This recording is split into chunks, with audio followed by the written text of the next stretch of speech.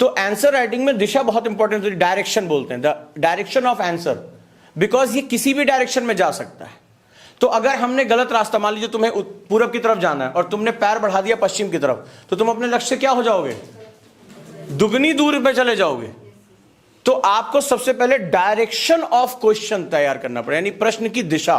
पहला लिखो, प्रश्न की दिशा मुझे चाहिए, प्रश्न की दिशा क्या है, यानी मुझे फ्रेम कैसे करना है, पहला चीज है डायरेक्शन ऑफ क्वेश्चन। अब क्वेश्चन का डायरेक्शन क्या है, पहला चीज हो गया। दूसरा होता है लैंग्वेज ऑफ क्वेश्चन। लैंग्वेज क्या है, लैंग्वेज मतलब ओरिएंटेशन, यानी भाषा क्या है, झुकाव क्या है, क्या ये पॉजिटिव है, अफर्मेटिव है, निगेटिव है, क्रिटिसिज्म का क्वेश्चन है, व्याख्यात्मक है, क्योंकि इन प्रश्नों के जो मतलब होते हैं बदल जाते हैं। ओरिएंटेशन क्या है, तो ओरिएंटेशन मतलब कि क्या कहना चाहते हैं, जैसे हम अच्छा, तो इसका मतलब अच्छा मतलब is not good, I am seeing you, मेरी भाषा में क्या है, सस्पिशन है कि जो तुम कह रहे हो मैं उसको मन में मन झूठ मान रहा हूं, निगेटिव सोच रहा हूं तुम्हारे बारे में, तभी कह रहा है अच्छा सही कह रहे हो तुम। तो किसी ने तुमसे ऐसे बोला है ना कि नहीं हम यहां गए थे, हम पढ़ रहे थे, अच्छा सही कह रहे हो तुम, तो इसका मतलब ये नहीं होता तुम्हारी तारीफ कर रहा है, इसका मतलब होता है टोन मेरा बदल गया है। जैसे किसी ने, आपने किसी को कोई वर्णन किया, सही कह रहे हो, अब ऐसा तुमसे कोई पूछता है सही कह रहे हो, सही कह रहे हो, तो तुम्हें इसका मतलब क्या, मतलब आप कसम खाने लगते हो ना, कसम से हम यही बात हुई थी, कसम से यही बात हुई थी, क्यों, आपको क्या समझ में आया उसके बारे में कि ये मेरे पे डाउट कर रहा है। And how do you identified, आप कैसे करते हो उसको, पहचान कैसे करते हो उसकी, टोन से। तो क्वेश्चन हालांकि ये बोल नहीं रहा है, बट एक स्मार्ट स्टूडेंट को टोन समझ में आना चाहिए। तो दूसरी चीज है टोन, ओरिएंटेशन क्या है, और तीसरी चीज है जो अब इन दोनों के बाद पकड़ में आएगी, वो है तुम्हारा कीवर्ड, यानी कौन दिशा में लेके चला रे बटोहिया, वही वाली बात हो गई है, अब किधर लेके जाना है मुझे, कीवर्ड क्या है मेरा। अब ये क्वेश्चन जो है ये शुरुआत में कहानियां बड़ी बड़ी बना रहा है, ठीक है, कि कह रहा है कि भारत इजराइल संबंध धीरे धीरे रक्षा क्षेत्र के सहयोग से आगे बढ़कर, तो यानी रक्षा क्षेत्र के सहयोग में था। ये क्वेश्चन कहता है कि दिस इज अफर्मेटिव थिंग। आपको कभी भी डायरेक्ट आंसर लिखने से मैंने बार बार मना किया, और मत लिखा करो अगर सीखना चाहते हो। ये बार बार जितने भी लोग स्ट्रक्चर आंसर राइटिंग कर रहे हैं उनकी धीरे धीरे राइटिंग स्लगिश होती चली जाएगी। पहले थॉट को प्रोसेस करो, और ये बात तुम मेंस बर्बाद करके समझ पाओगे तो मुझे कष्ट होगा उसमें, कि वहां पर तुम्हें सोचने की प्रक्रिया और लिखने की प्रक्रिया एक साथ करना पड़ेगा, एक साथ लेके चलना पड़ेगा। वो जो तरह तुम रिलैक्स होकर यहां बैठे हो ना, वहां नहीं बैठ पाओगे, हाथ पैर कांपेंगे। तो कह रहा है कि भारत इजराइल संबंध धीरे धीरे रक्षा क्षेत्र के सहयोग से आगे बढ़कर, ये क्या है, ये जो फर्स्ट पार्ट है ये अफर्मेटिव टोन का है। हाँ, मैं मान रहा हूं कि भारत और इजराइल के संबंध रक्षा क्षेत्र में पहले थे, जो है सबसे बड़ा डिफेंस पार्टनर था भारत का, और अब क्या हुआ, ये इससे आगे बढ़ गया। अब तुमसे कह रहा है अधिक व्यापक साझेदारी में बदल गया है। अब जो वर्ड है जिस पे तुम्हें बातचीत करनी है, अगर तुमने रक्षा क्षेत्र में इजराइल की योगदान, भारत और इजराइल के जो इजराइल की सोफिस्टिकेटेड टेक्नोलॉजी, जो अभी तुमने शब्द दाएं बाएं से सुने, अगर तुमने उसके बारे में लिखा तो क्वेश्चन डिस्ट्रॉय। क्वेश्चन में फर्स्ट पार्ट तुमसे कह रहा है कि हम ही तुमसे कह रहे हैं, हां यह है, तुम्हें इस पर अपना बवाल नहीं करना है। तो तुम्हें क्या करना है, आगे बढ़कर, ठीक है, अधिक व्यापक साझेदारी में बदल गया है। अब जो कीवर्ड है वह तुम्हारा अधिक व्यापक साझेदारी। तो तुम्हें सबसे पहले लिखना है कि मेरा फर्स्ट पार्ट अफर्मेटिव है, यानी वो कह रहा है, तुम्हें अपना दिमाग नहीं लगाना, अपने शब्द मत खर्च करो। ये 200 शब्द एकदम दांत से पकड़ के रखने हैं, गलती से भी इधर उधर खिसक गया तो निकल जाएगा मामला। तो तुम मुझे क्या करना है, मुझे फर्स्ट पार्ट कह रहा है कि हाँ ठीक है, अतीत में रहे हैं और अधिक व्यापक साझेदारी में बदल गया है। तो अब तुम्हारा कीवर्ड क्या है, अधिक व्यापक साझेदारी। तुम्हारा प्रश्न होना चाहिए लिखने से पहले, एक आप होमवर्क करेंगे इसमें, ठीक है, आप इसमें होमवर्क करेंगे कि ये प्रश्न जो है इसका जो टोन है वो कह रहा है कि ये अफर्मेटिव है, पॉजिटिव टोन है, कि हाँ भारत और इजराइल के संबंध अच्छे हो रहे हैं। पहली चीज तो टोन पॉजिटिव है। मुझे कोई क्रिटिसिज्म नहीं करना है। दूसरा, यह बात समसामयिक स्तर पर पूछी जा रही है, यानी ये संबंध विकसित हो रहे हैं, दैट इज ये पास्ट की बात नहीं है, ये प्रेजेंट में ये चल रहा है। तो यानी इसका दूसरा डायरेक्शन क्या हो गया, मुझे प्रेजेंट में इसको मूव करना है, वर्तमान में। तीसरा, इस पूरी कहानी में फर्स्ट पार्ट में वो खुद कह रहा है कि ऐसा है, तो मुझे उस पर अपने शब्दों को खर्च नहीं करना है। तीसरा जो चीज है वो ये है कि आखिर मेरा एक प्रश्न आपको जो होमवर्क करना है उस पर सभी लोगों को, कि ये अधिक व्यापक, अधिक कर लो, व्यापक कर लो और साझेदारी कर लो, मोर कंप्रिहेंसिव पार्टनरशिप। तो ये तीन शब्द हैं, ये एक शब्द मत समझना, ये तीन हैं। इसका मतलब क्या है, आज तुम्हें पूरा आंसर इसी पर डिफाइन करना, और कभी भी जब आंसर करना है तो छोटे छोटे टुकड़ों में करके देखो, 2 से 3 महीने के अंदर तुम्हारी आंसर राइटिंग बदल जाएगी। और तुम बार बार वही पुरानी आदतों पे जा रहे हो, बार बार ऐसा लीपा पोती कर रहे हो, मैं मना कर रहा हूं तुम्हें। कह रहा है साझेदारी। हम कई देशों के साथ ट्रेड डिफिसिट में हैं। साझेदारी शब्द का मतलब क्या होता है? वो भागीदारी होता है, मतलब एक कंपनी को या तो जैसे 2 लोग, साझेदारी एक दूसरे का सहयोग करना। सहयोग शब्द का मतलब क्या होता है? आंसर में क्या वर्ड यूज किया आपने? क्वेश्चन में, इंग्लिश में मोर कंप्रिहेंसिव पार्टनरशिप। अब क्या हुआ?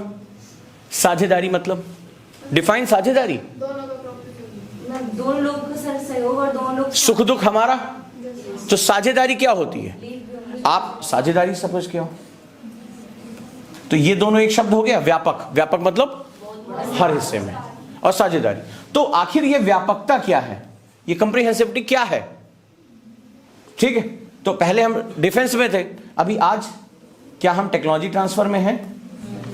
क्या इजराइल भारत को टेक्नोलॉजी ट्रांसफर कर रहा है? दुनिया का सबसे पावरफुल, अमेरिका के बाद स्टार्टअप इकोसिस्टम किसके पास है? किसने किसने अपने उसमें लिखा? किसने किसने आंसर में लिखा? Startup, technology transfer. तीसरा, यहूदी संसार में कल्चरल एस्पेक्ट्स। यहूदी संसार में किसने सबसे पहले यहूदियों को मान्यता दी और अपने यहां शरण दी? यहूदी सबसे ज्यादा कहां पर सबसे ज्यादा सुरक्षित अपने आप को महसूस करते हैं? संसार में होलोकास्ट का विरोध किसने किया था? भारत ने। यहूदियों को शरण देने वाला, कभी भी उनके खिलाफ कोई भी धार्मिक जो है वो भेदभाव करने वाला जो है देश कभी भारत नहीं रहा, प्राचीन समय से ही। तो ज्यूइश के साथ जो एक सांस्कृतिक अपनापन है, और ज्यूइश जिस देश को अपना देश मानते हैं वो कौन है? भारत। तो यानी कल्चरल सेटअप। किसने किसने लिखा पहले बताओ? किसने किसने लिखा? मुझे यही चाहिए, इसके बाद तो माल मसाला है यार। आंसर राइटिंग जो होती है वो ढाबे की सब्जी की तरह होती है। ग्रेवी एक होता है, बोलो अंडा करी, थोड़ा और प्याज डाल के अंडा करी, बोले पनीर, उसी मसाले में धड़ाधड़ तौल के पनीर। ऐसे तो सब्जी बनती है ढाबे पे, और कैसे बनती है? ग्रेवी एक अलग रखी होती है, जो तुम मांगो उसी में छौंक छौंक के थोड़ा मिर्च मसाला और डाल के, ये चिकन मसाला, ये अंडा मसाला, पनीर मसाला, छौंक छाक के दे दिया तुम्हें। क्वेश्चन इज बेसिक इंग्रेडिएंट्स, वो तुम्हारे रेडी है कि नहीं है?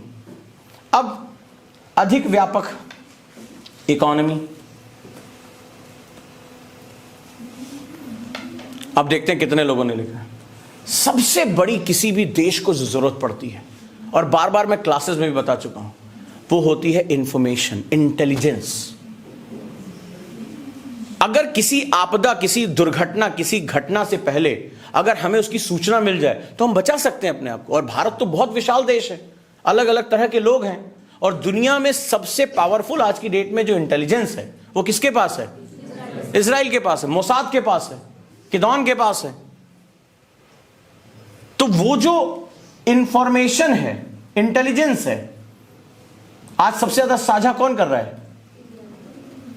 कौन कर रहा है? इजराइल साझा कर रहा है हमसे। भारत ने, आप लोगों को पता भी होगा कि बहुत से जो भारत ने घटनाओं को रोका है वो इजराइल की इंटेलिजेंस की वजह से रोका, क्योंकि उसका नेटवर्क पूरी दुनिया में फैला हुआ है। पूरी दुनिया में भारत के खिलाफ कहीं भी कुछ हो रहा है वो हमसे शेयर कर रहा है। और ये इंटेलिजेंस शेयर करने का मतलब होता है बहुत गहरी पार्टनरशिप, जहां आपके और दूसरे देश के जो हित है वो बहुत तगड़े से जुड़ना, तभी इंटेलिजेंस पास होती है। क्योंकि आज की दुनिया में इंटेलिजेंस ही सबसे बड़ी पावर है। जिसके पास इंफॉर्मेशन है उसके पास सब कुछ है, सब कुछ उसके पास है। एक ही हो गया। दूसरा, इजराइल एक बहुत सोफिस्टिकेटेड कंट्री है, हमारे साथ वो क्या कर रहे हैं, उसके पास एग्रीकल्चर, बिना पानी के या कम पानी के एग्रीकल्चर की बड़ी अच्छी सुविधा है, ठीक है, जैसे ड्रिप सिंचाई, जैसे रेगिस्तान में खेती।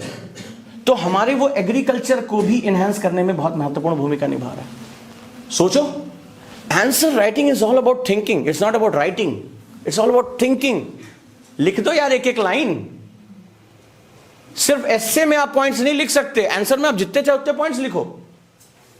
तुम्हें बात पता होनी चाहिए, सिर्फ एस्से ही एक एस्से मतलब वो तो अ से निबंध, यानी वो धारा प्रवाह होना चाहिए, उसमें आप पॉइंट्स नहीं दे सकते हो, उसमें आपको पैराग्राफ मॉड्यूल में ही लिखना पड़ता है। लेकिन निबंध को छोड़कर आप कहीं भी पॉइंट्स में लिख सकते हो। सवाल है कि जो पॉइंट्स है तुम्हारे पावरफुल होने चाहिए। अब कृषि क्षेत्र में आज इजराइल हमारे साथ, जैसे अभी आपने देखा 2 दिन पहले की बात है कि प्रधानमंत्री ने कहा कि कृषि क्षेत्र में महिलाओं की भूमिका, ये ड्रोन कृषि बढ़ाएगी। 2 दिन पहले की न्यूज। अरे भाई पकड़ के ऐसे चबा जाओ इसको। एक तो एग्रीकल्चर, दूसरी महिला, और तीसरी टेक्नोलॉजी, यूपीएससी क्वेश्चन रखा है। और तुम्हें पता है ये ड्रोन टेक्नोलॉजी में सबसे बड़ा मास्टर कौन है? इजराइल है। दुनिया का सबसे सोफिस्टिकेटेड ड्रोन कौन बनाता है? इजराइल बनाता है। लो, तो कृषि में ड्रोन का प्रयोग, क्योंकि मैंने हमेशा तुम्हें पढ़ाया कि हमारी कृषि में मशीनीकरण इसलिए महिला की इसलिए भागीदारी कर रही है। कई बार अगर आप लोगों ने मेरा पलायन की क्लास, एग्रीकल्चर की क्लास की होगी तो मैंने आपको बताया था ना, इसलिए नहीं हो पाता क्योंकि इतनी बड़ी बड़ी मशीनें महिलाओं के शरीर के हिसाब से बनी ही नहीं है। वो ट्रैक्टर महिला चला लेगी, मैंने एग्जांपल दिया था ना, पूरा गांव हंसेगा उसके ऊपर कि फलाने की मेहरारू जो है, उसकी वाइफ जो है ट्रैक्टर चला रही है। तो क्या कर रहा है ये जो हमारे महिलाओं के शरीर के हिसाब से इक्विपमेंट्स नहीं, वो महिलाओं को कृषि में आने से रोक रहे हैं। तो बेचारी लेबर की तरह मैनुअल वर्क करती रहती हैं, इसीलिए कृषि में उसकी उत्पादकता शून्य है, मार्जिनल प्रोडक्टिविटी शून्य है उसकी। तो क्या किया प्रधानमंत्री ने कहा कि जो ड्रोन है, महिलाएं क्या करेंगी, उनका जो शारीरिक क्षमताएं हैं उसके अनुरूप वो ड्रोन उड़ा के वो जो है वो तमाम खेती कर पाएंगी, छोटी छोटी मशीनों का प्रयोग। और इजराइल इसका मास्टर है। जो ड्रोन हो गया, जो वाटर सेविंग टेक्नोलॉजीज हैं, वाटर एफिशिएंट एग्रीकल्चर प्रैक्टिसेस हैं, वो किसके पास है? और इसके बाद सबसे बड़ी चीज, दुनिया का सबसे खतरनाक वायरस किसके पास है? कंप्यूटर, इजराइल के पास। अभी पेगासस का नाम आपने सुना होगा। सो इसमें जो सबसे इंपॉर्टेंट सेगमेंट है, वो साझेदारी के बारे में बात कर रहा हूं, वो है तुम्हारी साइबर। कुछ बताने की जरूरत है? किसने किसने लिखा? साइबर सिक्योरिटी में इजराइल हमारा सबसे बड़ा साझेदार हो सकता है, क्योंकि हैकिंग का मतलब ही होता है सिक्योरिटी को ब्रीच कर देना। और दुनिया का सबसे बड़ा हैकर कौन बैठा है? और हमारे सामने किसका खतरा है? चीन और अमेरिका का। वो बिना सीधे घुसे हुए हमें मार सकते हैं। अभी प्रधानमंत्री बार बार कह रहे हैं कि साइबर वॉर ही दुनिया की सबसे खतरनाक वॉर है। डीप फेक पर इतनी बात चल रही है। So the breaching of information है। और क्या है ये कि तुम्हारा चेहरा बदल जा रहा है, कल को तुम्हें कोई भी तुम्हारी फोटो उठाकर इंटरनेट से कोई भी तुम्हारे साथ जो है वो गलत चीजें कर सकता है, तुम्हें बदनाम कर सकता है, तुम्हें थ्रेट कर सकता है, ब्लैकमेलिंग कर सकता है, बिना कुछ किए, सिर्फ एक फोटो चेंज करके। तो इसको कौन सबसे ज्यादा हमें सपोर्ट कर सकता है? इजराइल कर सकता है। तो सबका बाप है। तो साइबर सिक्योरिटी में हमें हेल्प कर सकता है, स्टार्टअप में हमें हेल्प कर सकता है, और जियो पॉलिटिक्स में हमें हेल्प कर सकता है। क्योंकि इजराइल जैसा देश जब आपके साथ होगा तो हिंद महासागर की जो जियो पॉलिटिक्स है, हिंद महासागर की जो जियो पॉलिटिक्स है, उसमें भारत ताकतवर हो जाएगा। क्योंकि हिंद महासागर में तुम्हें साझेदारों की जरूरत पड़ेगी, क्योंकि चीन अपने साझेदारों के साथ हिंद महासागर में भारत को चुनौती दे रहा है। तो आपको भी क्या करना पड़ेगा, चाहे आप क्वाड बनाओ, चाहे I2 U2 बनाओ, बना रहे हो ना, तो उसमें इजराइल हमें हिंद महासागर में बहुत पावर दे सकता है। और आज हमारे नेवल अभी दिवस मनाया गया, उसमें जो हमारी नेवी को जो सर्विलांस की पावर मिली है, खासतौर पे मुंबई अटैक के बाद से, उसमें इजराइल का सबसे बड़ा योगदान है कि हमने आज पानी के अंदर जो अपनी गश्त है, जो हमारा सिस्टम है, वो इजराइल की मदद से हमने बढ़ा लिया। क्योंकि अमेरिका टेक्नोलॉजी ट्रांसफर नहीं करता है। 200 वर्ड में तो भर जाएगी कॉपी, इससे ज्यादा लिखने की जरूरत नहीं। कितने लोगों ने सारे पॉइंट लिखे? 3 नहीं, लिखते भी नहीं, क्योंकि इसके लिए बहुत अपडेट होने की जरूरत है। नहीं लिखते, तुम्हारे दिमाग में था ही नहीं। मैं तुम्हें बस यही सिखा रहा हूं, आंसर मत लिखो। अब अगर तुम्हारे पास ये एक छोटा सा तुमने फ्लो चार्ट बना लिया और तुमने ये पॉइंट, अब इसको बताओ अगर तुम 2-2 लाइन भी लिखो तो तुम्हारा बना कि नहीं बना? मैंने कितने पॉइंट, 1 2 3 4 5 6 7 8 8 दूनी 16 लाइन हो गया, 200 वर्ड निकल गया तुम्हारा। तो व्यापक साझेदारी पर इस पर बात करिए, और ये ऐसे पॉइंट हैं जो एक्चुअली उसे चाहिए, एक्चुअली उसे चाहिए। क्लियर है? और आप कभी भी ये पॉइंट नहीं सोच सकते अगर आप उसको लीने, जिस तरह से आप ये हेडिंग लिख लिख के लिख रहे हैं ना, कभी जिंदगी में नहीं सोच सकते, क्योंकि आपने जैसे ही हेडिंग डाली अब मजबूरी हो गई, दिमाग तुम्हारा उस हेडिंग के आसपास घूमेगा। यानी आपने ये वाली हेडिंग डाल दी, अब लिखो इसको, स्टार्टअप में वो दूसरे नंबर पर है, इसमें ऐसा है, उसमें वैसा है, तो दिमाग फंस गया वहीं पे। इसी को बोलते हैं लीनियर थिंकिंग। नहीं करनी है तुम्हें, यूनिडायरेक्शनल है, आपको मल्टी डायमेंशन सोचना पड़ेगा। सो कुछ समय के लिए मैंने आप लोगों से अनुरोध किया है कि आप स्ट्रक्चरल आंसर राइटिंग बंद कर दें। अब मुझे बताओ क्लास का कौन सा स्टूडेंट ऐसा है जो इसके 2-2 लाइनें नहीं लिख सकता? और 2 छोड़ो, अभी एग्रीकल्चर में तुमसे लिखाऊंगा 4-5 लाइन आराम से, 2 लाइन तो तुम ड्रिप सिंचाई पे लिख दोगे, पानी बचाने की तकनीक पे, यूनाइटेड नेशन की जो रिपोर्ट आई उस पर, और इधर महिलाओं के ऊपर, तो 4-6 लाइन तो इसमें बहस लोगे। यहूदियों पे 4-6 लाइन बहस लोगे आराम से, इकोनॉमी पे बहस लोगे, स्टार्टअप पे कर लोगे, साइबर सिक्योरिटी पे तो जितना मन करे उतना लिखो, अंतहीन है। ब्लॉकचेन टेक्नोलॉजी लिखो जितना मन करे। तो ये 200 नहीं, तुम इसको 400 में लेके चले जाओ, तो तुम्हारे पास पावरफुल पॉइंट्स, जनरेट पॉइंट्स, यही तुम्हें सिखा रहा हूं। सबसे पहले क्या सिखाया आज? गुरुकुल के हर स्टूडेंट को ये करना है। क्या सिखाया आज? सबसे पहले आप डायरेक्शन देखो, जा किधर रहा है, पॉजिटिव लेके जाना है, निगेटिव लेके जाना है, एक्सप्लेनेटरी है, आलोचनात्मक है। इसके बाद टोन देखो, टोन के जैसे अब इसमें क्या होगा, इसको तुम एज अ क्वेश्चन लोगे, फंस गए, क्योंकि वो तुमसे पहले कह रहा है रक्षा पे ज्यादा मत बहसो, है एग्जिस्ट कर रहा है, ये बताओ क्या चल रहा है। फिर शब्दों को छोटे छोटे हिस्सों में तोड़ दो। साझेदारी वर्ड क्या होता है? अमेरिका भी आज अपने आप को स्ट्रेटेजिक पार्टनर कहता है हमसे, और वही पन्नू के केस में अभी देखो इंडिया के सामने उसने सबूत मांग लिया। कौन सा दोस्त ऐसा होता है भाई कि इधर हम रात दिन गले में हाथ डाल के घूमे, और शाम को पता चला उसकी जेब कट गई तो तुम्हारे सामान की तलाशी ले आ रहा है, उसको दोस्त बोलोगे तुम? मान लो तुम लोग रूम में रह रहे हो और बहुत अच्छे दोस्त हो, एक दूसरे की बड़ी मदद कर रहे हो, और शाम को पता चला उसका कहीं 20-30 रुपया गायब हो गया, और तुम कमरे में पहुंचे, तुम्हारा सामान तलाशी हो रही है। इज इट वो फ्रेंड है तुम्हारा? अमेरिका देखो ऐसे ही फ्रेंड है। वहां G20 में गले मिल रहे हैं, ये कर रहे हैं, खाना खा रहे हैं, हाथ पकड़े घूम रहे हैं, और भारत को बोल दिया भारत की एजेंसी ने हत्या कराई, पकड़ लिया। तो अमेरिका एक ऐसा डेमोक्रेसी जहां एक सरकार नहीं, वहां बहुत चेहरे हैं, वही निकलकर सामने आ रहा है। एक चेहरा कुछ और कहता है, दूसरा चेहरा कुछ और करता है। तो साझेदार वर्ड जो होता है वो बड़ा गहरा शब्द है, यानी मिलजुल कर चलना, उस दुख को बर्दाश्त करना। क्यों? क्योंकि हमारे प्रधानमंत्री ने कहा कि भारत भी उसी आतंकवाद का दंश झेल रहा है जिसका इजराइल झेल रहा है। तो साझेदार वो होता है ना जिसका दुख सुख दोनों साथ साथ होता है। वो भी कह रहा है कि हमें भी इस तरह के जो है वो अतिवाद का सामना करना पड़ता है जितना यहूदियों को सामना करना पड़ रहा है, वो भी ये बात कह रहे हैं। तो ये चीज आपको समझनी पड़ेगी, जो स्टेटमेंट्स दिए जा रहे हैं। साझेदार वर्ड क्या हुआ? चीन हमारा साझेदार नहीं हो सकता, वो विक्रेता हम क्रेता हैं, वो सेलर है हम बायर हैं। हमारा रिश्ता सिर्फ यही है कि वो हमें अपना बाजार समझता है। साझेदार और बाजार में अंतर होता है। इसीलिए शब्द को जब छोटे छोटे हिस्सों में तोड़ लोगे और प्रश्न पूछो कि ये अधिक व्यापक साझेदारी, हमें इस पर आंसर लिखना है, ये क्या है? तो अधिक व्यापक, व्यापक और उसमें भी वर्ड लगा दिया अधिक, इसका मतलब ये ग्रो कर रहा है, ये ग्रो कर रहा है, ये और आगे बढ़ेगा, यानी ये अभी प्रेजेंट में चलने वाली चीज है। लिख दो सब। साझेदारी मतलब जहां हम अपने मूल्यों को साझा कर रहे हैं।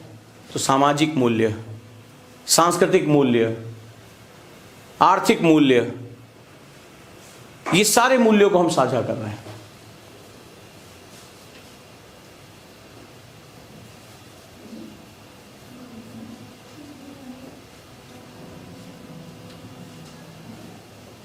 क्लियर है? हो जाएगा? तो आगे से जब भी मेंटर्स आपको क्वेश्चन दें, आप इसके डायमेंशन पकड़िए, आप सोचिए कि हम इसमें कितने पॉइंट लेकर आ सकते हैं। और ये एक बार में नहीं होगा, इट्स ए हैबिट, ये एक लंबी प्रक्रिया के बाद जन्म लेगा, ठीक है। और जब आप बार बार आंसर की तरफ भागोगे कि हमें 200 वर्ड में लिखना है करना, तो नहीं हो पाएगा, ठीक है। एक बार में सिर्फ एक ही चीज़ सीखो और वो सोचो कि जो क्वेश्चंस मुझे मिल रहे हैं उसमें मैं कितने डायमेंशन सर्च करो। आप जैसे आपको 20 मिनट टाइम दिया गया तो 20 मिनट में आप सर्च करो, ये एक ही बार का तो है। अब कल को इसमें मान लो इसी क्वेश्चन को मैं थोड़ा सा चेंज कर दूं, ये क्वेश्चन नहीं आएगा यूपीएससी में। क्वेश्चन आ गया कि हाल ही के दिनों में टेक्नोलॉजी के क्षेत्र में, अब एक वर्ड इसने यूपीएससी ने डाल दिया, इन द फील्ड ऑफ रक्षा के साथ साथ वर्ड इसने क्या किया, ठीक है, डिफेंस सेक्टर के साथ साथ एक वर्ड डाल दिया तकनीकी के क्षेत्र में। अब इसने वर्ड यूज कर लिया तकनीक। अब देखो, अब जैसे ये वर्ड उसने डाला क्वेश्चन चेंज हो गया। उसके पास तो राइट्स है ना कि कॉन्सेप्ट इंडिया इजराइल रिलेशनशिप है, लेकिन उसने तकनीक डाल दी। अब तकनीक में तुम यहूदियों के बारे में, सांस्कृतिक के बारे में आप नहीं लिखोगे, इकोनॉमी के बारे में नहीं लिखोगे। You will write the drone, machine, mechanization and agriculture, आप cyber security, blockchain technology, intels, इनके बारे में केवल लिखोगे। अब आंसर, अब तो आप जब डायमेंशंस क्रिएट करते हो तो मुझे पता है ना कि भाई आप क्या, भाई मैं लहसुन नहीं खाता, मैं प्याज नहीं खाता, अच्छा किनारे रखो, बिना प्याज के छौंक के दे दिया। अरे भैया प्याज का तड़का मार के देना तैयार है, सट सट सट सट छौंका ले लो भैया प्याज वाला। सो यू हैव, आपके पास वैरायटी है वहां पे। तो आपको क्या, जैसे तकनीक शब्द आया यानी गैर तकनीक चीजों को निकाल के बाहर कर दो, लिख दो। वो कुछ भी आपसे कह सकता है। वो अगर साइबर सिक्योरिटी पे केवल बात करता है, आपके पास है लिखने के लिए। सो इसको आदत बनाओ, इस तरह से मुझे आंसर राइटिंग करनी है, डन है। तो ज्यादा क्वेश्चन लो प्रैक्टिस करने के लिए, और ज्यादा क्वेश्चन लो प्रैक्टिस करने के लिए, एंड मेक श्योर कि हर एक पेज पे थॉट प्रोसेस डेवलप करो। क्या करना है फिर से बता दे रहा हूं। सबसे पहले प्रश्न की दिशा किधर जा रही है, मुझे जाना किधर है, क्योंकि उसी से मुझे पता चलेगा मुझे क्या लिखना है। फिर ओरिएंटेशन क्या है, लैंग्वेज क्या है, टोन क्या है, एक्टिव वॉइस लिखना है या पैसिव वॉइस लिखना है। कीवर्ड आइडेंटिफाई कर लो, और जैसी कीवर्ड तुम्हें मिल जाता है कि मुझे अपने उत्तर को इस पर लेकर चलना है, तो उसके बाद उस पर मल्टी डायमेंशनल थिंकिंग शुरू कर दो कि मैं इस पर क्या लिख सकता। कोई भी वो नहीं है कि जब तक तुम ये हेडिंग डाल के लिखोगे तभी तुम्हें मार्क्स मिलेंगे, कोई भी ऐसा नहीं है, रूल है यूपीएससी में। कहीं पर भी नहीं लिखा हुआ है कि हेडिंग डालिए, ब्लैक पेन से लिखिए, अंडरलाइन करिए, कुछ भी नहीं लिखा हुआ है। UPSC is all about giving them the concept. वो तुमसे जब कह रहा है उसका जो कोर कॉन्सेप्ट है व्यापक, अधिक व्यापक साझेदारी। तो अधिक व्यापक साझेदारी, जहां जहां हम और वो बराबर दिखाई पड़ रहे हैं, जहां हम एक दूसरे का सहयोग कर रहे हैं, एक दूसरे के भलाई के लिए काम कर रहे हैं, जैसे यही साझेदारी होती है। जैसे मान लो भारत जो है वो इजराइल से कुछ मंगाता है और इसके बदले भारत की मुद्रा चली जाती है, तो ये साझेदारी नहीं है। इजराइल भी हमसे कुछ ऐसा खरीदता है जिससे हमारा विदेशी मुद्रा भंडार बढ़ता है, तो ये साझेदारी है। सो ये सब कुछ आपको 6 मिनट्स के अंदर करना है, सारा का सारा। ये चैलेंज है यूपीएससी का। So make it a habit कि हम इसको मल्टी डायमेंशन कैसे सोच सकते हैं, कहां कहां इसके डायमेंशन है। क्रिटिकली टाइम लेके सोचा करो। तो यूपीएससी तुमसे कहता है कि जो अधिक व्यापक, अब मान लो तुमने 2 पॉइंट लिखा और 2 पॉइंट में मार एकदम हेडिंग वेडिंग सब डाल के एकदम कलेजा बाहर कर दिया, कुछ नहीं मिलने वाला तुम्हें। तुम अभी व्यापकता तक गए ही नहीं साझेदारी की। तो तुमने 2 लाइन लिखी, वो तुम्हें 1-1, 2-2 नंबर दे देगा, खत्म। तुमने जितने ज्यादा डायमेंशन टच करोगे उतना ही तुम्हारे लिए। उसके बाद तो तुम, अब इसमें से कौन ऐसा स्टूडेंट है कि इसको ये पॉइंट्स मिल जाने के बाद वो नहीं लिख सकता? नहीं लिख सकते 2 लाइन, और जोड़ लो जितने पॉइंट्स हैं, हो गया तुम्हारा आंसर कंप्लीट है, परफेक्ट आंसर कंप्लीट है। तो वो इस पर बात करेगा कि कितने डायमेंशन तुमने टच किए। साझेदारी को 1 या 2 सेगमेंट में थोड़े ना हुई। तुम स्टार्टअप लिख के चले आए, तुम जो है वो मान लो संस्कृत लिख के चले आए या टेक्नोलॉजी ट्रांसफर लिख के चले आए, उससे कोई फर्क नहीं पड़ेगा। अब टेक्नोलॉजी ट्रांसफर में 1 लाइन और देखो। तुम्हें पता है कि भारत में जल की कमी हो रही है और इजराइल के पास एक भी नदी नहीं है, तो वो अपने सलाइन वाटर को ट्रीट करने के लिए उसका सबसे अच्छा सेगमेंट है। और भारत में क्या पानी गंदा होता चला जा रहा है, पीने का पानी नहीं है। तो वाटर यानी जनहित की अगर हम बात करें तो वाटर ट्रीटमेंट की जो सबसे अच्छी टेक्नोलॉजी वो किसके पास है? भारत के पास है, तो टेक्नोलॉजी ट्रांसफर हम नहीं ले सकते, नहीं ले सकते। उसके पास एक नदी नहीं है और फिर भी अपने लोगों को पानी दे रहा है, और सबसे दुनिया की सबसे खारी जगह उसके पास है। इतना खारा है कि आप उसमें जाके झम्म से कूद जाओ, डूबोगे ही नहीं, इतना खारा पानी है। आप फ्लोट करते रहोगे, आप डूबोगे नहीं, इतना खारा है, आप डूब ही नहीं सकते। और सोचिए उसको वो ट्रीट कर रहे हैं, तो कैसे ट्रीट कर रहा होगा। भारत को उस टेक्नोलॉजी की जरूरत नहीं है। भारत हर घर जल का मिशन चला रहा है, गांव तक पानी देने की बात कर रहा है। इतनी बड़ी आबादी है, भारत में जो पानी है वो खराब होता चला जा रहा है। बेंगलुरु में देखिए हैवी मेटल्स पाए गए, कितना खराब पानी होता चला जा रहा है। तो आप अंदाजा लगाइए, तो भारत इजराइल की टेक्नोलॉजी का हम यूज नहीं कर सकते। तो आपको सोचना है, लिखना नहीं है। आंसर राइटिंग अभी आपके लिए सोचना है। क्लियर है? सोचिए, तो जितना ज्यादा सोचेंगे उतना रिच होते जाएंगे। अब वहां पर क्या होगा, अब इसका फायदा क्या मिलेगा? इसका फायदा ये मिलेगा कि वहां पर तुम्हारे पास टाइम कितना है, तो तुम प्रायोरिटी तय कर पाओगे। मान लो मेरे पास टाइम नहीं, 8 पॉइंट नहीं लिख सकता, तो 4 सुपर पॉइंट्स लिख के निकल जाऊं कि जो जरूरी है मेरे लिए, तो वो हम करके निकल जाएंगे, कोई दिक्कत नहीं है। तो ये आपके पास एक पावर होनी चाहिए कि हमें किसको पकड़ना है, किसको छोड़ना है। तो वैसे भी जिसके पास ज्यादा पॉइंट्स है वो उतना ज्यादा बलशाली। तो एक कहावत चलती, बेगर आर नॉट चूजर्स। तो अगर आपके पास पॉइंट्स नहीं है तो आप तो वैसे भी आपके हाथ पांव सूजे हुए हैं, कुछ नहीं कर पाओगे। और आप सिंपल पॉइंट्स मार के लिखते जाओ, कोई स्ट्रक्चर, हेडिंग और पैराग्राफ की जरूरत नहीं है वहां पे। जीएस में इतना कोई वैल्यू नहीं होता है। लेकिन आप डायमेंशन जितने ज्यादा टच करोगे वो समझ जाएगा कि इस व्यक्ति ने इसके सभी चीजों को समझा और सोचा है, पढ़ाई की है। बस वो यही चेक करना चाहते हैं। बाकी तुम एक पॉइंट पकड़ के और उस पर 200 वर्ड लिखो, उससे उसको कोई फर्क नहीं पड़ने वाला। वो देगा तुम्हें 2 ही नंबर। तुम ये पॉइंट पकड़ लो और इस पे पूरा जो है कलेजा छाप दो अपना, उसमें कुछ नहीं मिलने वाला। अगर इसके लिए तुम्हें 2 नंबर मिलने हैं तो केवल तुम्हें 2 नंबर देगा वो, बस खत्म है। तीसरा नंबर नहीं देगा वो, क्योंकि इसमें कीवर्ड्स पे ही मार्क्स डिसाइड होते हैं। तो ये लिखा 2 नंबर, ये लिखा 2 नंबर, ये लिखा 2 नंबर, ये लिखा 2 नंबर, इस तरह से नंबर मिलते हैं बस। और यहां 8 बता रहा हूं, एग्जामिनेशन में 4 भी याद आ जाए ना, जब वो ब्लड सर्कुलेशन फ्लो करता है तो बहुत बड़ी बात है, वो बहुत प्रैक्टिस वालों को मिलता है। ठीक है, वहां पेन हाथ से छूटता, हाथ पैर कांपते रहते हैं, पैर पूरे टाइम ऐसे ऐसे होता रहता है, डर लगा रहता है, घड़ी पे नजर जैसे जाती है, अरे बाप रे, और एक बार ऐसे पलटते कितने क्वेश्चन बचे, तो वहां पूरे टाइम पसीना आता रहता है।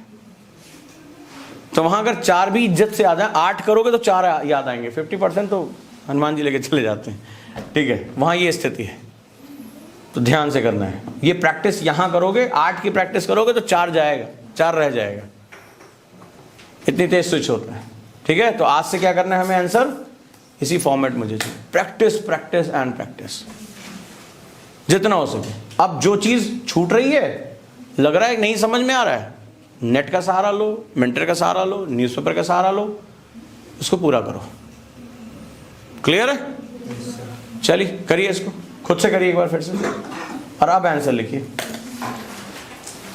लिखिए और चेक कराइए आप मेंटर से। सर यदि इसके बारे में हमें फैक्ट न पता हो तो कैसे लिखें? ढूंढो, यहां क्यों आए हो? सीखने। और सीखने का मतलब क्या होता है? और ज्यादा जानना। हम क्यों हैं गुरुकुल में? कंपटीशन के लिए। जैसे मान लो इस बच्ची को पता है, तुम्हें नहीं पता है, और सेम क्लास में पढ़ रहे हो, इसका मतलब कुछ तकनीक में दिक्कत है ना। तो इसका मतलब है कि तुम जो चर्चा में चल रहा है वो तुम्हें पकड़ में। और एक बात और मैं बता दूं भाई, मेरे यूपीएससी में जो सबसे बड़ा सब्जेक्ट होता है उसको अवेयरनेस कहते हैं। यूपीएससी में history, geography, polity, economics, science, ये सिर्फ और सिर्फ तुम्हें बेवकूफ बनाने के लिए। ये सारे सब्जेक्ट का कोर जो है वो अवेयरनेस है। Awareness is history, awareness in geography, awareness in economics, in science.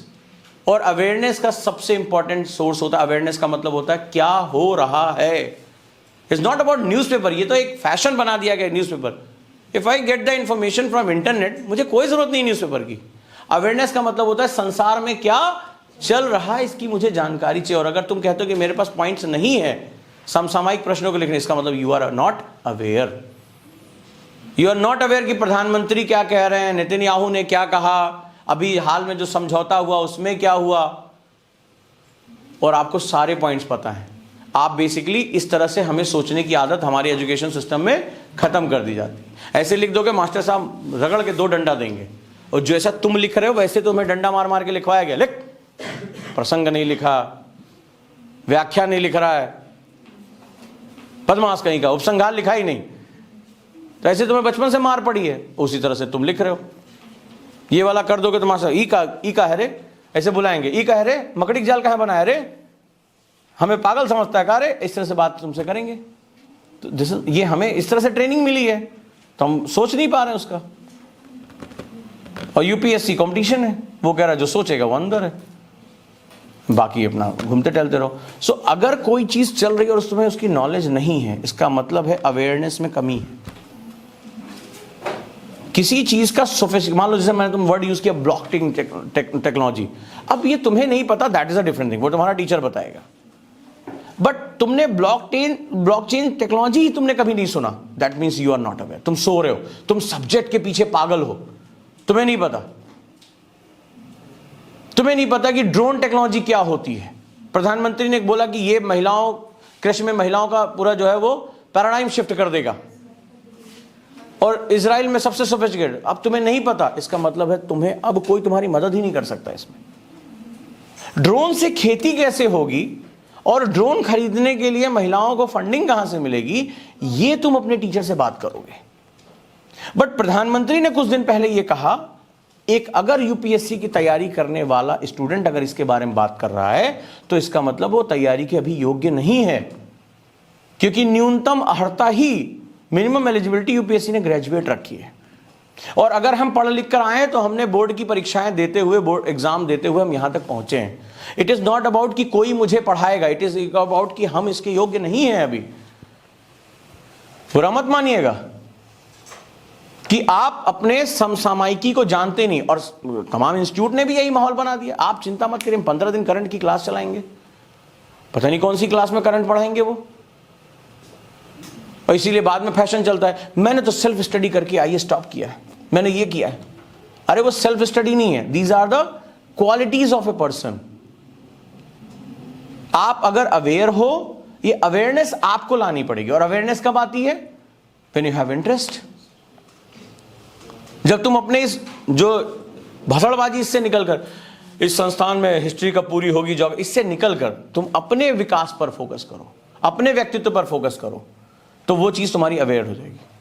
आज के न्यूज़पेपर में क्या हुआ, देश दुनिया में क्या चल रहा है, क्या बात हुई, जब एक दूसरे से बात भी करो तो तुम देखो, तुम ज्यादातर शिकायतें करते रहते हैं, हम लोग ऊट पटांग बातें करते रहते हैं, एनिमल मूवी का रिव्यू पूछते रहते हैं, वो गाना पूछते रहते हैं, उसमें ये क्या हुआ, वो मर गया, वो जिंदा, इस पे बारे में बात करते हैं। वी मस्ट, हमारे इंटरेस्ट की क्या चीज है, क्या चल रहा है दुनिया में, क्या चल रहा है देश में, किसने क्या कहा। आपको प्रधानमंत्री मुख्यमंत्री पसंद होना पसंद, इससे कोई मतलब नहीं है, देश ने चुन के भेजा है ना, जनता ने चुन के भेजा है, आपको पढ़ना पड़ेगा। तो आपको सुप्रीम कोर्ट ने क्या कहा, फलाने ने क्या कहा, अवेयरनेस होनी चाहिए, इंटरेस्ट डेवलप होना चाहिए, ये हो जाएगा, सब चीजें आसान हो जाएंगी। तो आप इसके अंदर अपने टीचर से पूछोगे कि सर ये बताइए, ये वाटर ट्रीटमेंट सिस्टम क्या होता है, साइंस के टीचर से बात करोगे, सर ये चीज क्या होती है। हमने इसको उलट दिया है, हमें लगता है कि वो आएगा और वो हमारे दिमाग में घुसेड़ देगा ये सारी चीजें, और हम सीख जाएंगे, IAS बन जाएंगे। तो आप जब तक पूछोगे नहीं सीखने की, अगर आपके अंदर आपको प्यास नहीं है तो कोई आपको पानी नहीं पिला सकता, ये सिंपल सा सिद्धांत है। मान लीजिए लाइब्रेरी है, अब हॉस्टल से तुम निकल कर यहाँ नहीं पहुंचोगे। अब कुछ लोग कहेंगे, कुछ लोगों को सर ने आंसर राइटिंग सिखा दिया, हमें नहीं सिखाया, हम क्या करें भाई इसके लिए? क्या इसके लिए मैं जिम्मेदार हूँ? मैंने आपको लाइब्रेरी दी, मैंने आपको डिसिप्लिन दिया, आपका टाइम दिया, मेंटर्स हमारे 2-2 लोग यहाँ पे खड़े हैं, और आप खाना खाने के बाद हॉस्टल से उठकर यहाँ नहीं आ सकते क्योंकि आपकी नींद, आपका जो व्यक्तिगत कार्य है वो आपके लिए ज़्यादा इंपॉर्टेंट है। क्या मैं उन्हें कभी सिखा पाऊंगा ये मेथड? आज वो सीख पाएंगे? नहीं सीख पाएंगे। तो सिंपल सा सिद्धांत है। तो कुछ क्वालिटीज़ को मैं, अगर मेरा कभी तुम लोगों ने वीडियो देखा, मैंने हमेशा कहा एडमिनिस्ट्रेटिव एप्टीट्यूड सबसे बड़ा गुण होता है। अभी 3 दिन पहले क्लास में भी यही बात कहा था। प्रशासनिक अभियोग्यता यही है वो प्रशासनिक अभियोग्यता। Think and act like officer, think and act like officer. तुम कुछ समय में भूल जाते हो सब चीजों में, ऑफिसर की तरह। यही प्रशासनिक अभियोग्यता है। एक होता है योग्यता, एक होता है अभियोग्यता। यानी जो तुमने पहले से धरा हुआ था, इसको मैं तुम्हें नहीं दे सकता, ये तुमने धरा हुआ था, तुम्हारे अंदर था।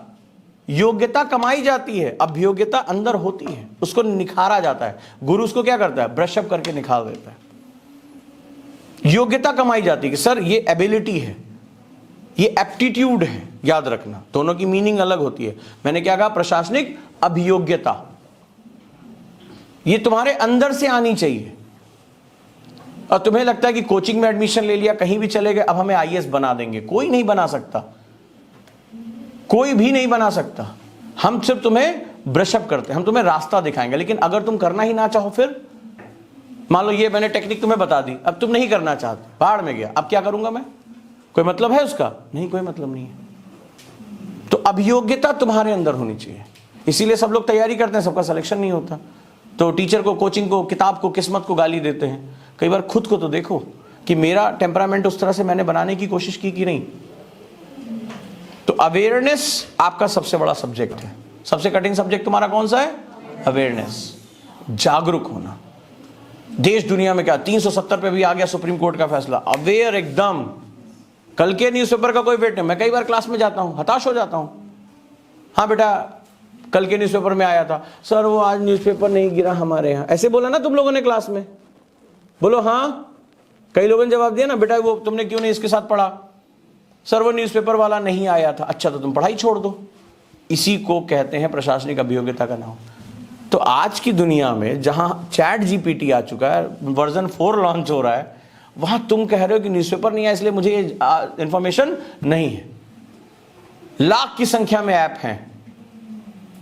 तो इसका सीधा सा मतलब है, अब बताओ आज की दुनिया में कोई कह सकता है कि इंफॉर्मेशन कोई रोक सकता है? आज की दुनिया में मोस्टली इंफॉर्मेशन फ्री है, फ्री है। उसके बाद आप कह रहे हैं कि न्यूज़पेपर नहीं है इसलिए मुझे खबर के बारे में नहीं पता। मैटर न्यूज़पेपर का नहीं है, मैटर अवेयरनेस का है, अब प्रशासनिक अभियोग्यता का है। तो जो चीज तुम्हें सबसे ज्यादा ध्यान रखनी है वो प्रशासनिक अभियोग्यता की रखनी है। और जो चीज तुम्हें सबसे बड़ा सब्जेक्ट तुम्हारा टफ है वो है तुम्हारा अवेयरनेस। तुम केवल अवेयर रहो, अवेयर रहो। यूपीएससी यही मांगता ही है, अवेयर रहो। तुम्हारा जो सेंटर होना चाहिए वो अवेयरनेस होनी चाहिए। अवेयरनेस मतलब जिसको सामान्य भाषा में करंट अफेयर्स कहते हैं। तो जैसे मान लो तुम्हें भारत इजराइल संबंधों के बारे में जाना, तो सब्जेक्ट करंट से घुसता है, सब्जेक्ट में करंट अफेयर्स नहीं घुसता है। याद रखना, ये कोचिंग इंडस्ट्री ने पूरी बात ही पलट के रख दी है कि आप अभी हिस्ट्री शुरू करिए, ज्योग्राफी शुरू करिए, पॉलिटी शुरू करिए, करंट हम लास्ट में पढ़ा देंगे। तो जब आप भारत इजराइल संबंधों में जाओगे तो तुम इसके अतीत की जांच पड़ताल करोगे। उसी को हम लोग IR कहते हैं, इंटरनेशनल रिलेशनशिप। फिर उसके अंदर जाओगे तो यहूदियों के बारे में पता चलेगा, तो तुम इतिहास खंगालोगे। तो क्या करोगे? आज की खबरों के माध्यम से तुम पीछे की तरफ जाओगे। तो फिर और तलाशोगे तो हिटलर तक पहुंचोगे, होलोकास्ट के बारे में जानोगे। तो हिटलर तक पहुंचोगे तो उसके समकालीन भारत में तुम गांधी के बारे में भी जानोगे, क्या कहा था। तो यही घटना यूपीएससी में आ जाती है, और कोई बड़ी बात थोड़े ना है। तो हम इस तरह विस्तार के साथ सोचते ही नहीं है। अब कौन सा एग्जाम है जहां पर गांधी का, मतलब आपने पढ़ा कि गांधी बहुत इंपॉर्टेंट, हम लोग बोलते हैं ना जनरली गांधी बहुत इंपॉर्टेंट। तो क्या होता है, अफ्रीका से लेकर सारे क्वेश्चन, भारत में उनके जो है हत्या तक, एसेसिनेशन तक, सारे क्वेश्चन यूपीएससी में हर साल पूछे जाते हैं? नहीं पूछे जाते हैं। कोई 1 या 2 घटना वो पूछी जाती है, और उसको ध्यान से देखोगे तो वो कहीं ना कहीं साल भर में कोई ऐसी बात हुई थी जिसके आधार पर वो चीज पूछ ली जाती है। कहीं ना कहीं वो राष्ट्रीय चर्चा का विषय बना था, तो वो क्वेश्चन उठा के पूछ लेते हैं। तो आपको अवेयर रहना है, अलर्ट रहना है कि पूरे देश दुनिया में क्या चल रहा है। आप देखिए आपके अंदर बदलाव आना शुरू हो जाएगा। हर वो चीज जहां भारत है और जहां भारत के हित हैं वो आपकी पैनी नजर होनी चाहिए।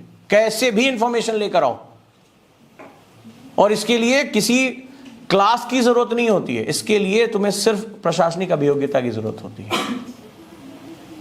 और कई आप लोगों ने देखा होगा, दिग्गज लोग होते हैं, चाय की दुकान पर होते हैं, लेकिन उनको जानकारी बहुत तगड़ी होती है। तो जानकारी किसी स्टूडेंट की बपौती नहीं है, जानकारी सिर्फ जानने वाले की बपौती है, कौन जानना चाहता है। और कई लोग कहते हैं अबे यार मैगजीन में आएगा तब पढ़ लेंगे, तो कोई बात नहीं, पढ़ते रहना। तुम्हारे से बहुत लोग तैयारी कर रहे हैं, तो मेक श्योर सोचने से डरना नहीं है। एवरी डे किसी दिन तो शुरू करना पड़ेगा, वो आज ही सही। तो शुरुआत करने से हम क्यों डर रहे हैं? सो हम इस तरह से अब सोचना शुरू करते हैं। नहीं आएगा तो पूछोगे, कम से कम भटकोगे तो। अभी तो तुम्हें यही नहीं पता कि तुम्हें क्या नहीं पता, अभी तो तुम्हें यही नहीं पता कि तुम्हें क्या नहीं पता, सच्चाई यही है। और तुम्हें यही पता चल जाए कि तुम्हें क्या नहीं पता, तो चारों तरफ बेचैन होकर घूमोगे, चेहरे पे भाव बदल जाएंगे। क्योंकि इंसान को जब ये पता चल जाता है कि उसे ये नहीं पता, तो वो बेचैन हो जाता है, भूख प्यास नींद सब गायब हो जाती है। अभी तो बस दबा के बढ़िया भोजन का आनंद उठा के ठंडी हल्की गुलाबी आ रही है, मस्त नींद आ रही होगी इस समय, इधर सोए उधर खर्राटा लेते हुए सुबह रजाई खींच खींच के उठाए जा रहे होगे। योग की वीडियो आनी बंद हो रही धीरे धीरे, देख रहा हूं। तो वो सब नहीं होनी चाहिए। आप पहले ये जानो कि आपको क्या नहीं पता है, और ये तब आओगे जब इस पर काम करोगे, सोचोगे इस पे कि और क्या हो सकता है भारत इजराइल संबंधों में। हो सकता है इसमें 1-2 पॉइंट तुम लोग सोचो, निकालो। तो हम एक्चुअली एज ऑफ इंफॉर्मेशन में, कोई अगर आज की दुनिया में जिसके पास स्मार्टफोन है, वो कोई कह ही नहीं सकता कि उसके पास इंफॉर्मेशन नहीं है। बट एक्चुअली ये फोन जो है वो आप जानते नहीं उससे पूछना क्या है। बेसिकली जैसे कुछ सोचते हो तब तक टुंग की आवाज आती है, तुम कुछ और ही पूछने लगते हो, गलत हो जाता है। तो दिक्कत बहुत हो गई है। फोन हमारा स्मार्ट हो गया है और हम झंडू बम पूरी तरीके से। ठीक है, पढ़ाई शुरू करो, ये मेथड कंटिन्यू करो, और आप लोग भी ध्यान दें इसी मेथड में ये लोग आंसर लिखें। ठीक है, नहीं तो फिर आंसर राइटिंग केवल एक टाइम पास बन के रह जाएगा। तो गुरुकुल में मैं ये नहीं चाहता। चलिए मिलते हैं फिर।